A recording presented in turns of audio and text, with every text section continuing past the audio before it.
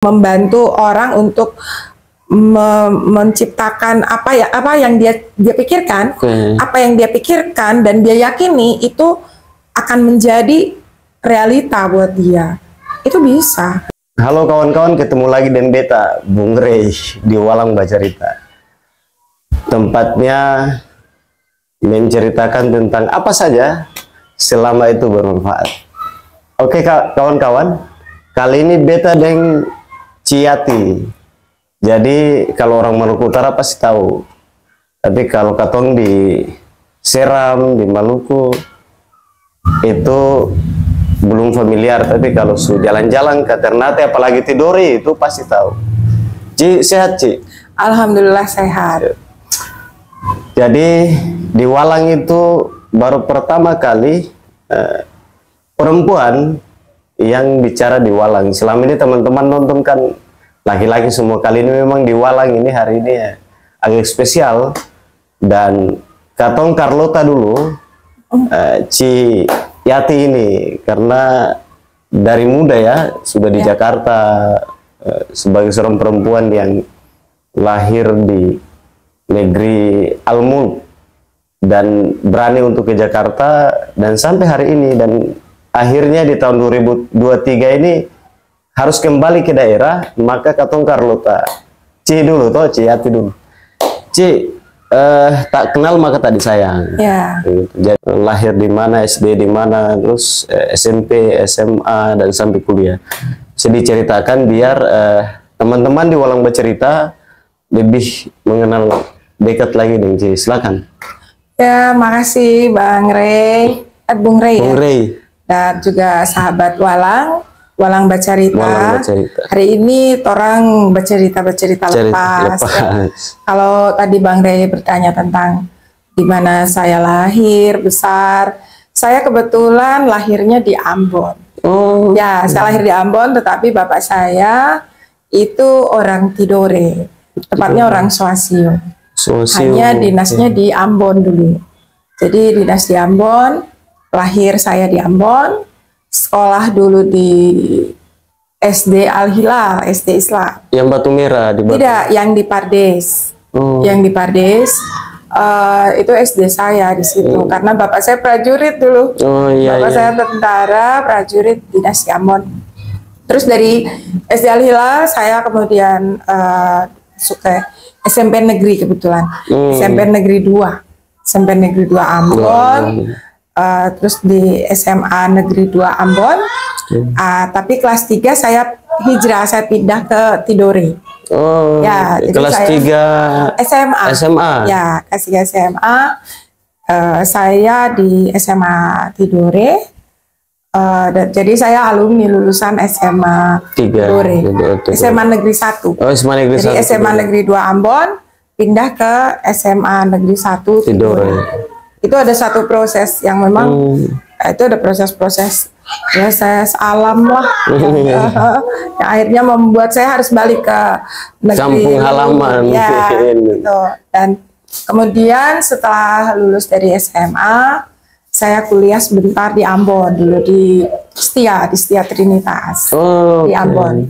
Jadi SMA-nya di Tidore. Ya. Harusnya kan kuliahnya di Tidore dong ya, tapi ini langsung kembali ke Ambon. Kembali ke Ambon karena papa masih di Ambon. Ya, akhirnya balik ke Ambon, kuliah sebentar, terus ada kesempatan tes PNS waktu itu.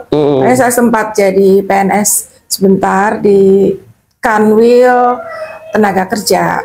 Kalau sekarang akhir transmigrasi. Zaman itu Departemen Tenaga Kerja tahun 86 pengangkatannya. Udah jadul banget. Jadi katong Carlota ini memang katong butuh apa namanya ilmu, informasi dan pesan-pesan yang sudah jadul ya. Ya. Itu karena penting. Jadul banget. Ya. Terus 86 pengangkatan, sempat dinas bentar di Tenaga Kerja. Tetapi jiwa saya kayaknya tidak jiwa PNS. Sambil kuliah atau gimana? Ya, sambil kuliah, kuliahnya sore hari. Setia kan programnya program sore. Ya. Kemudian di tengah perjalanan saya kurang sependapat dengan Gimana maksudnya? Jiwa PNS-nya, karena pertama mungkin saya sendiri yang tidak terlalu disiplin dalam aturan ya, dan bagi saya terlalu terikat, sementara ada hal-hal yang mungkin saya tidak bisa kemukakan di sini yang memang tidak sesuai dengan jalannya saya gitu. Jadi hati saya nurani lah, dengan hati nurani ya. Saya memilih untuk berwirausaha. Iya, padahal sebelum jauh, padahal kan namanya PNS, apalagi Toran di Maluku Utara itu sampai hari ini orang bangga begitu ketika jadi PNS. Tapi teman-teman Walang Bacarita ini pilihannya beda ini, makanya katong Carlota ini karena bayangkan seorang perempuan harusnya ketika sudah dapat dari kuliah, kuliah dan bersikap untuk harus keluar dari PNS itu kan sesuatu yang luar biasa. Ya, membuat pilihan. Betul, kan. Pilihan.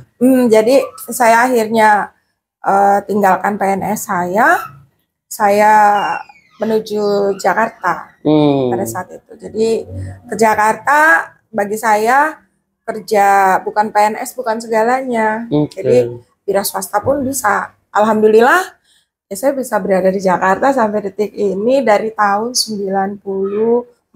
94 saya tiba Jakarta dan alhamdulillah masih berdiam di sini. Tapi sering pulang. Nah, sudah tidak pulang lagi ke Ambon, saya lebih banyak pulang ke Tidore. Memilih ke Jakarta. Kan tadi PNS-nya itu di Ambon ya? Iya. Kenapa saya memilih harus ke Jakarta? Kenapa saya memilih pulang mungkin ke Tidore? Apakah magnet Jakarta itu gimana sih sampai bisa sampai hari ini bertahan gitu? Kalau bagi saya kan Jakarta itu luas. Untuk peluang-peluang bisnis, peluang usaha, terus lebih banyak ruang gerak, peluang, dan kita bisa lebih luas untuk melakukan apa yang kita mau gitu kan. Untuk dunia bisnis nih, dunia bisnis yang penting kan itu halal. Terus dari segala jalur itu bisa ada di Jakarta. Kalau di Ternate atau Tidore atau di Ambon, pokoknya di daerah itu bagi saya masih terlalu terbatas. Masih terbatas sekali, dan saya memilih Jakarta karena di situ multi kompleks orangnya. Terus saya sendiri pada saat datang itu pertama sebenarnya modal nekat barangkali karena begini. Jadi bisa tadi beta mau bilang bahwa teman-teman ini perempuan di tahun-tahun itu dan ke Jakarta kan bukan tinggal sama keluarga, saya langsung kos kan? Kos di daerah Ciliwung. Ya, bayangkan teman-teman Walang Bacarita ini nekat, modalnya nekat nih. Jadi dulu, apalagi dulu medsos juga belum ada.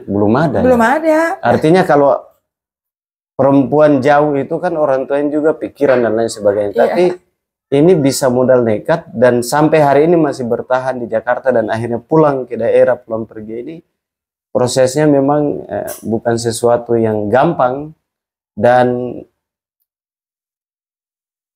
kenapa teman-teman hari ini Ciati ini alhamdulillah beta baru pernah ketemu juga dengan Ci ini ada profesi yang hari ini selain bicara bisnis tadi kawan-kawan yang ketemu Carlota ini sebenarnya bukan bisnisnya sih sebenarnya.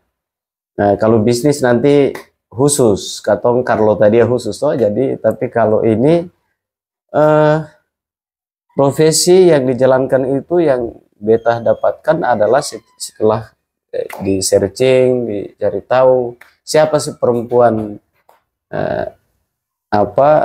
dari Maluku, tepatnya di utara, mobil khusus lagi di Tidore sana, ada di Jakarta, bisa ada di profesi ini yang jarang orang Maluku, terutama orang Maluku Utara atau orang Timur itu jarang menjalankan profesi sebagai hipnoterapis. Ceritakan dulu kenapa sih Ci harus tadi selain jalanin bisnis dan mau di profesi ini, ambil profesi ini?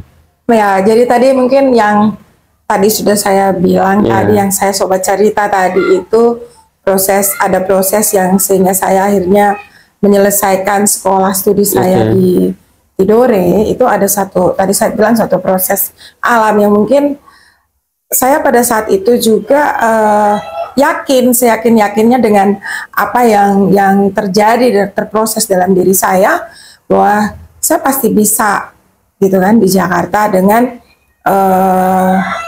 menjadi sebenarnya lebih pada bercerita tentang suatu perjalanan yang mungkin itu berdasarkan feeling atau insting saya. Mungkin lebih tepat pada bicara soal insting gitu dan alhamdulillah sampai hari ini itu feeling atau insting saya itu masih ada buktinya lah gitu kan. Ada hal yang bisa saya buktikan kepada masyarakat, kepada teman-teman, saudara-saudara, saudara semua, bahwa iya proses yang terjadi di saya. Mungkin kalau orang di sana bilang itu adalah proses orang tua katanya begitu ya. Jadi di sana mungkin cuman proses orang tuanya di sana itu kan dengan banyak versi, banyak media dan lain-lain, tapi dengan modal yang saya miliki yang terjadi dalam proses dalam diri saya, lebih pada talent yang saya dapetin, saya menuju Jakarta dan saya mempraktekkannya itu natural sekali. Dalam arti saya pengen ke Jakarta, saya tidak cocok jadi PNS karena saya terlalu diatur dan banyak hal-hal yang saya melihat itu tidak sejalan dengan nurani saya.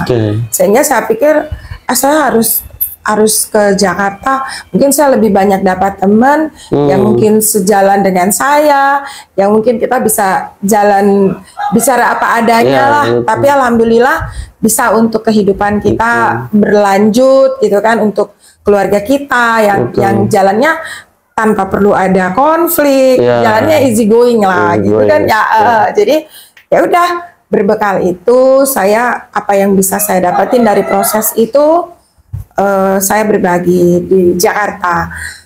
Di Jakarta sendiri saya sempat bergabung dengan satu advertising namanya Lektura Advertising. Terus saya juga pernah ada di perusahaan kaca panel tuh, kaca yang kayak apa, yang bentuknya bisa burung, yang warna-warni itu loh.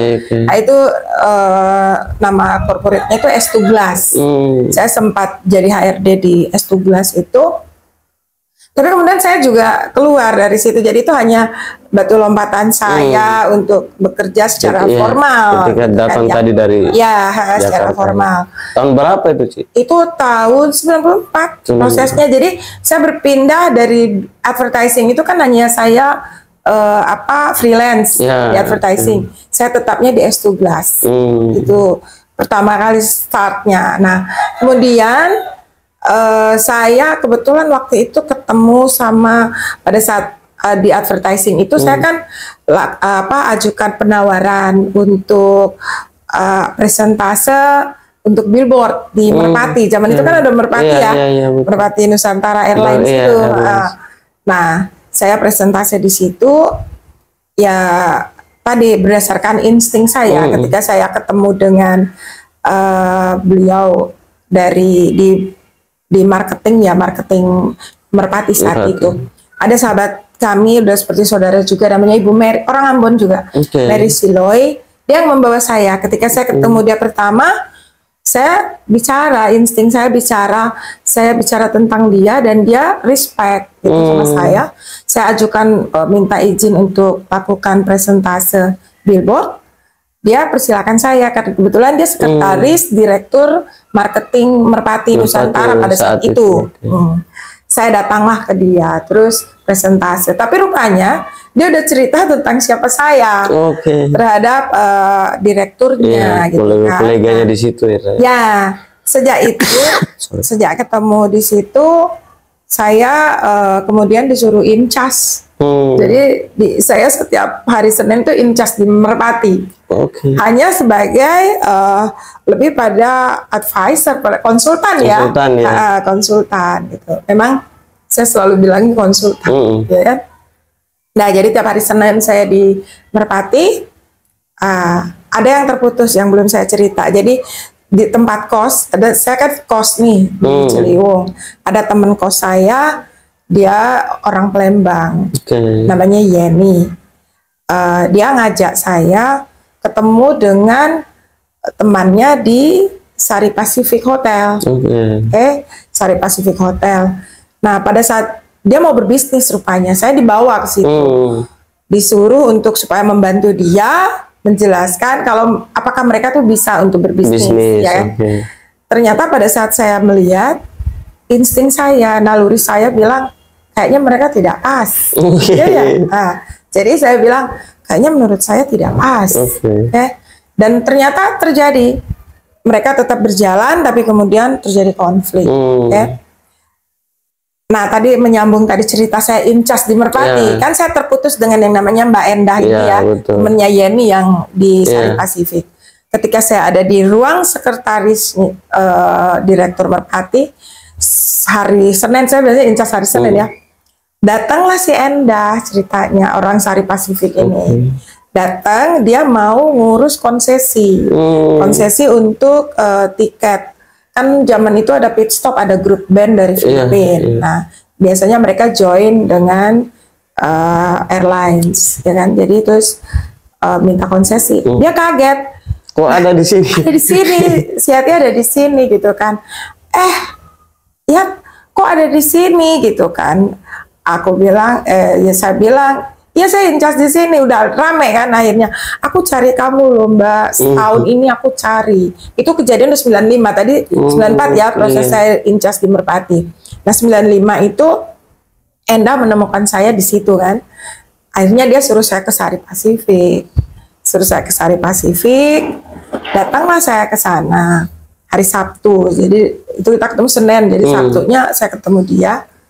Dan dia akhirnya meminta saya untuk incas di coffee shop Fiesta, coffee shop Sari Pasifik sebagai fortune teller. Nah, di situ tuh proses saya masih bingung kan lah, harus bisa bahasa Inggris. Iya kan kelasnya hotel kelas internasional. Iya, dan saya udah tidur, aduh bahasa Inggris saya compang-camping, tapi saya belajar untuk bisa, dan saya merasa ini amanah ya kan, amanah dari negeri saya. Nah, saya kemudian saya incas di situ, tidak lama saya pulang ke Tidore. Oh iya, dari situ akhirnya tidak selesai. Jadi pada saat saya masih jadi sign kontrak dengan Saripan, saya pulang ke Tidore. Saya pulang, saya ketemu dengan beliau yang dituakan, ya kan. Kalau di Tidore kita bilangnya Sowohi. Kalau katon di Siram bilang ya, pokoknya tete on tua sudah, yang tua-tua itu. Jadi ya beliau adalah yang penunggu di daerah rumah adat kami. Di daerah itu namanya Gura Bunga. Nah, saya ke atas dan saya sowan minta restu mereka. Orang punya, ini sudah benarkah? Saya lakukan ini sudah benarkah? Saya bertanya, saya konsultasi itu. Dan beliau menitip pesan pada saya. Beliau kebetulan sudah meninggal. Dulu itu namanya Sowohi itu Sowohi Ibrahim. Saya biasa manggilnya Aja. Gitu. Nah, itu beliau menitipkan pesan bahwa ini tugas kamu, dan jelaskan bahwa kamu adalah anak dari negeri Tidore. Gitu, anak cucu dari Tidore. Itu saya termotivasi untuk, oh iya ya benar, saya orang Tidore. Gitu. Meski saya lahir di Ambon, saya lahir dan besar di Ambon, tidak lepas pun saya hidup dengan kakek saya dan nenek saya. Kebetulan kakek saya juga yang masih ada darah dari Pulau Serang, dari Nusa Ina ya dari Nusa Ina. Nah, jadi ya itulah, saya besar memang dengan lingkungan yang kalau di sana bilang mungkin penuh dengan adat seaturan, ya orang tua-tua kayak gitulah. Oke, Ci, Jadi menariknya ini hipnoterapi tadi kalau bahasa umumnya sudah bilang indigo ya. Kalau memang manusia itu pasti ada yang begitu, ada yang punya kelebihan dan kekurangan sejak lahir. Khusus di hipnoterapis itu pernah kursus atau apa, sekolah atau? Ya, saya tadi kan bicara tentang talent yang sudah saya punya, yang mungkin tadi bahasanya adalah indigo, tapi saya selalu bilang itu adalah talent dan mungkin yang memang dikasih kelebihan feeling ya, kelebihan insting. Saya kan harus supaya bisa searah sepemikiran dengan dengan orang masyarakat umum yang kadang orang menilai mungkin oh ini cenayang ini apalah itu dunia yang ya memang di hotel aja namanya fortune teller. Nah, saya untuk melegal itu legalitas saya supaya saya juga belajar lebih banyak tentang psikologi gitu kan. Saya akhirnya memilih advance. Memang saya ngikutin pelajaran advance di hipnoterapi. Itu di IHC. Saya masuk di kelompok IHC dan alhamdulillah sudah sudah menyelesaikan level 2. Nah, insya Allah izin praktek pun sedang akan kami urus untuk kelengkapan praktek saya gitu. Oke, jadi ini kan prosesnya itu tadi. Karena memang kalau hidup ini tanpa katong sing ada kelebihan, maka ya sudah selesai. Bedong kalau istilahnya udah bilang barang-barang gaib semua sudah jadi apa bahasanya, lebih baik pulang bertani ya kan, kalau apalagi di Jakarta Jakarta tanpa kelebihan. Bayangkan seorang perempuan datang dari Ambon tadi lepas PNS karena ada kelebihan tadi yang sudah bawaan lahir dan kekuatan yang sudah dititipkan Tuhan ke Ciati ini, akhirnya itu bisa hidup begitu sampai hari ini. Itu sesuatu yang luar biasa. Lalu ini kan ceritanya yang alami itu Ciati yang alami. Pertanyaannya begini, menjalankan profesi yang dijalankan ini apa sih manfaat praktis terhadap masyarakat? Kalau ketika profesi yang dijalankan ini manfaat praktisnya apa sih untuk masyarakat? Mungkin dikasih kisi-kisi atau dikasih sedikit ini biar masyarakat oh iya ternyata kerja begini manfaatnya luar biasa begitu. Iya. Mau laki-laki mau perempuan selama dia punya dia menekuni profesi ini ternyata itu luar biasa begitu. Silakan sih.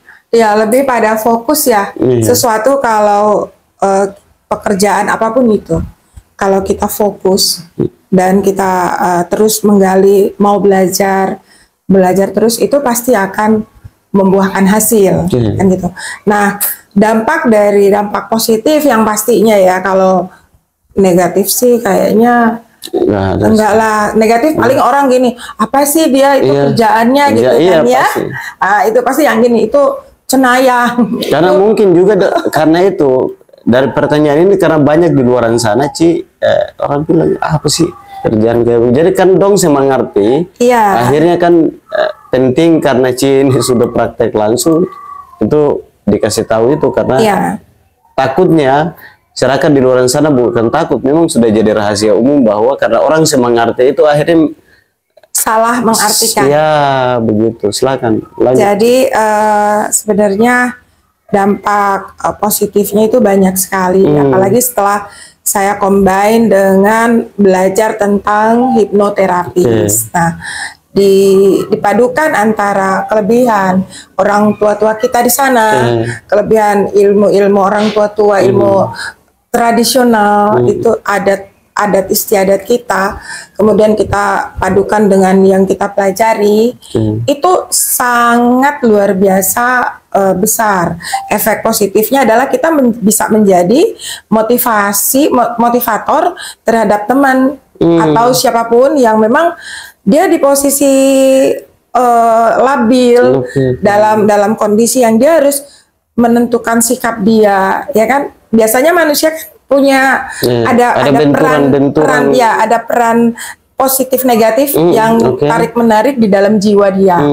Nah, dengan adanya saya belajar juga gitu lah di sini, saya bisa menjadi memediasi, mungkin berdiskusi lebih pada kita berdiskusi mencari solusi sehingga dia bisa menentukan, oh iya ya, aku harus memilih jalan A. Gitu. Kalau misalnya ada B, C dan lain-lain, kita tinggal ini nanti posisi yang kalau kamu menjadi memilih B itu seperti ini, kamu memilih C seperti ini gitu kan. Jadi lebih pada hal membantu orang untuk bisa membuat satu keputusan. Satu. Yang kedua juga bagaimana kita membantu orang untuk menciptakan apa yang dia pikirkan, apa yang dia pikirkan dan dia yakini itu akan menjadi realita buat dia. Itu bisa. Di dalam Islam sendiri kan disuruh harus yakin ya. Yakin, betul. Gitu. Semua agama apapun sebenarnya mengajarkan kita untuk yakin. Nah, dengan keyakinan lewat pelajaran hipnoterapis kita membuat orang itu memberikan sugesti sebenarnya, lebih pada sugesti. Kita mengalirkan sugesti yang positif, sugesti yang positif terhadap dia sehingga dia bisa mengolah pikiran dia, keyakinan dia, dan itu akan mengarahkan dia kepada hal yang positif. Gitu. Dan alhamdulillah itu udah terbukti. Artinya saya dari tahun 95 sampai hari ini gitu kan. Sudah banyak yang tidak perlu saya sebutkan satu persatu gitu kan. Gitu tapi kalau yang kenal, yang sudah pernah kalau bahasanya, kalau tadi itu ini, kalau beta bilang pernah berdiskusi atau jadi mentor diskusi dengan Ciati, mungkin bisa komentar aja di situ. Angkat tangan. Teman-teman Walang Bacarita, apa yang disampaikan tadi adalah sebuah perjalanan dan ceritanya singkat. Kalau Katong Carlota itu bisa 2 hari 2 malam. 2 hari 2 malam tertidur saya. Jadi semoga bermanfaat. Kalau merasa bermanfaat, silakan disebarkan seluas-luasnya, karena ilmu itu tidak boleh berhenti di tangan Anda sendiri. Ilmu harus disebarkan seluas-luasnya. Sekian dari Walang Bacarita. Sampai ketemu di konten-konten selanjutnya. Terima kasih, Ci, waktunya. Sama.